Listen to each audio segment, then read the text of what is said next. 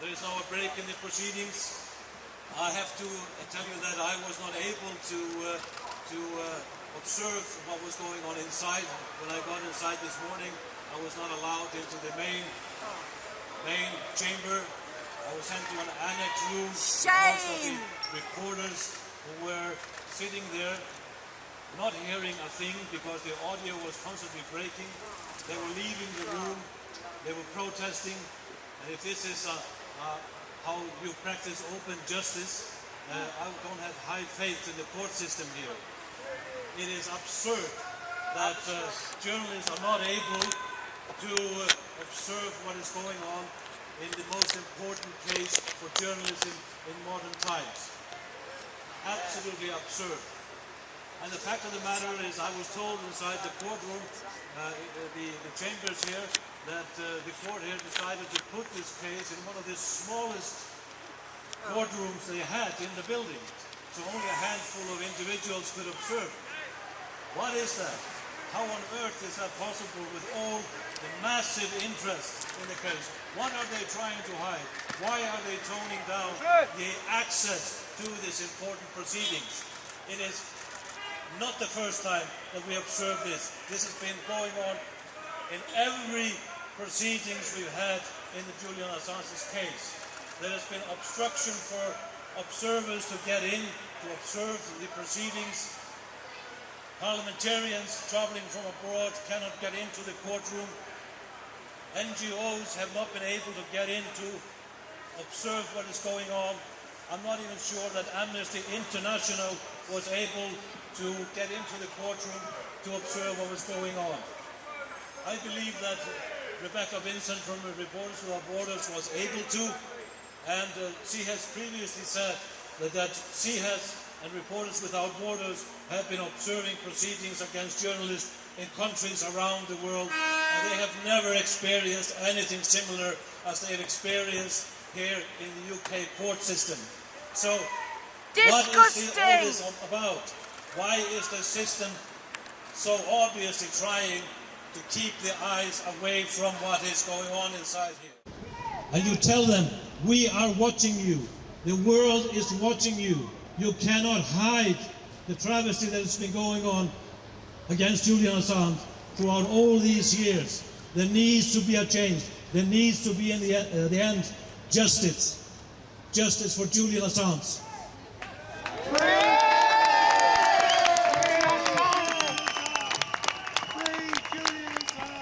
Thank you so much for coming, because it's so important to have you outside here to bear witness. Those of you who are journalists, one of your main jobs is to bear witness to injustice. If you cannot stop it, at least bear witness. And what you are witnessing here in the case of Julian Assange is one of the gravest injustices that we've seen in latter times. And it will mark the end of journalism if he is extradited. It will not be able to continue in the same manner as before. So what is at stake for you journalists is basically your existential platform. So you have to fight. It's not activism to fight for the right to practice journalism. Truth is not a crime! They're in the pay, that's the trouble. And for all of you supporters that came out here today, this is about your right to know. It's not about the right for journalists to practice their job and have security. The real reason why they need security is to be able to provide you the information, the truth. It's about your right to know. That's what's at stake here today. Yes! These proceedings will continue this afternoon. They will continue tomorrow. Please stay here. Please voice your anger. Please tell this court how you feel about this travesty. And may I remind you that tomorrow after the proceedings, we will march to Downing Street and we will voice our opinion there. End this travesty. Free Julian Assange.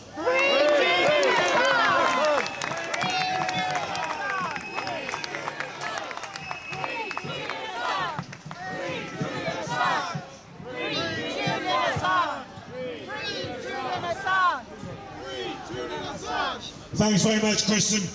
Well, I was in one of the courtrooms this morning, one of the overflow annexes, to watch that trial. At one point, the court proceedings had to be stopped in the main courtroom simply because the audio feed to the annex was insufficient for the journalists and the other observers to hear what's going on. Now, that's not a question of justice. It's just a question of competence to allow observers. Justice that is blind, justice that is behind closed doors, justice which is secret is no justice at all. No! From around the world to support Julian Assange, and it's a very great pleasure to introduce to you now Vince DiStefano from the sister organisation, the Assange Defence Campaign in the United States of America. Please give it up for Vince DiStefano.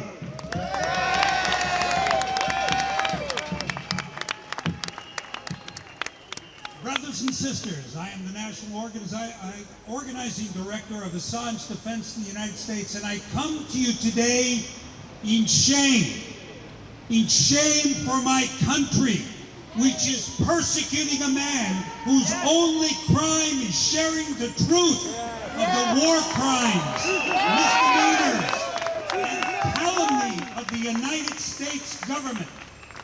He sits just 12 miles from here in Belmarsh prison, but he is vastly closer to the American Gulag 4,500 miles from here in Guantanamo Bay, created by my country to sidestep the principles that we hold dear, that we loudly proclaim to the rest of the world.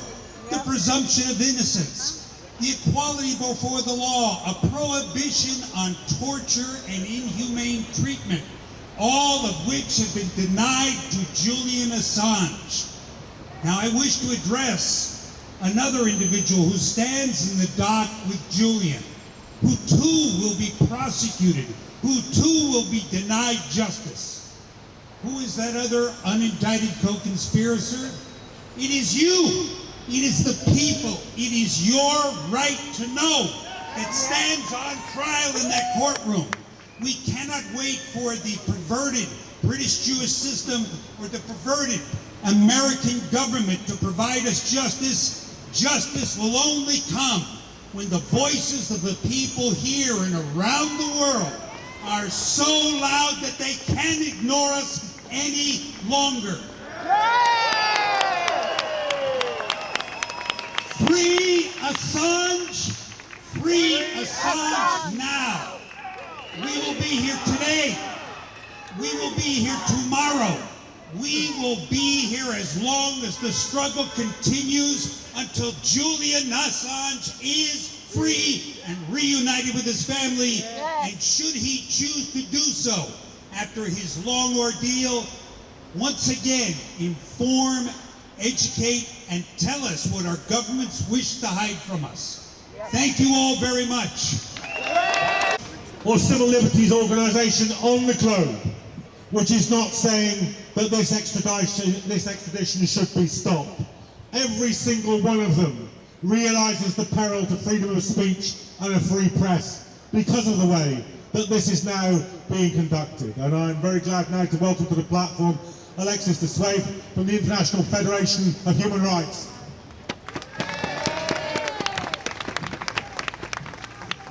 Thank you. Hello to all of you. I'm Alexis de Swave, lawyer at the Brussels Bar and Vice President of the FIDH, the International Federation for Human Rights. The FIDH, it's 188 human rights organizations around the world, and we came to London today and tomorrow to support Julian Assange.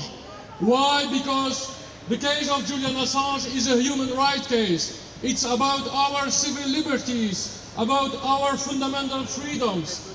It's of course press freedom, but more generally, freedom of expression. And without freedom of expression, we have no democracy anymore. And that's why we are all here today in front of the Royal Court of Justice to support Julian Assange. All the journalists in the world, and a lot of them are here today, but a lot are absent. I really don't understand why they're not supporting more their colleague, Julian Assange. This morning I had a live interview on the radio, and the third question of the journalist, it was a Belgian journalist, was, yes, but Julian Assange has put the life of Americans in danger, and Julian Assange, blah, blah, blah, blah. And I answered them, why this question comes from you, because that is what the United States are defending in court. Why are you, as journalists, repeating the arguments of the CIA? That should not be your job. And so, we must all be aware that our presence here, it's for the human rights, it's for the civil liberties, it's for the freedom of expression, and that you cannot be prosecuted by exposing state crimes, crimes against humanity, war crimes committed by states like the United States, and be prosecuted for that. The question is, if Julian Assange is extradited to the United States, who will dare to be a whistleblower? Because either you're prosecuted, either the journalist who you give the information to will be prosecuted, and even if he's in another country, he risks to be extradited to a foreign country and faces lifelong prison sentence, 175 years or even more. And so it's our democracy that's in danger. We have to protect the investigation journalism, we have to protect the whistleblowers for our democracy, for human rights, for our fundamental freedoms. Thank you very much.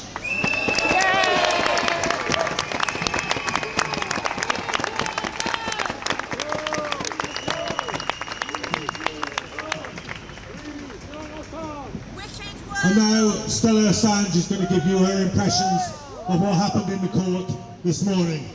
Free Julian Assange! I just want to speak a little bit to you because it's only a handful of us inside the room that actually can follow the proceedings. So I wanted to tell you about what was going on in there.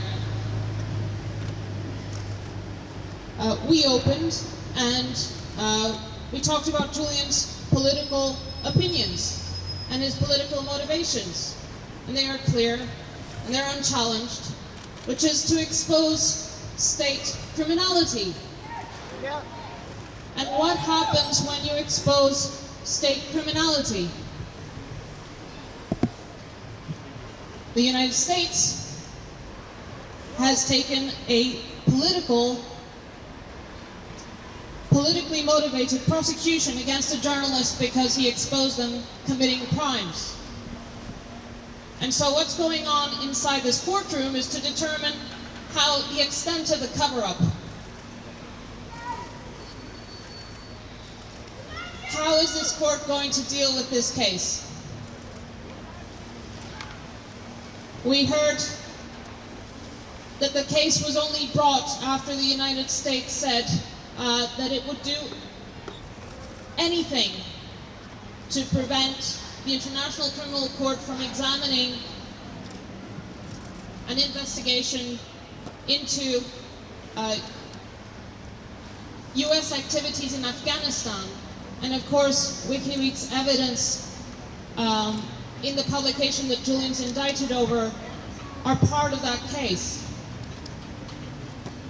WikiLeaks has been used as evidence in the European Court of Human Rights and other foreign courts to expose state criminality. And the United States is abusing its legal system in order to hound and prosecute and intimidate all of you.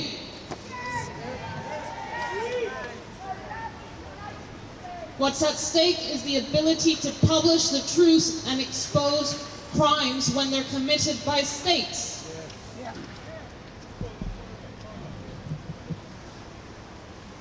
The outcome of this hearing today will make it clear the extent of the cover-up. The only fair, I shouldn't even talk about fairness at this stage, because the country that's trying to extradite him plotted to murder him. What are we even entertaining in these courts? How can any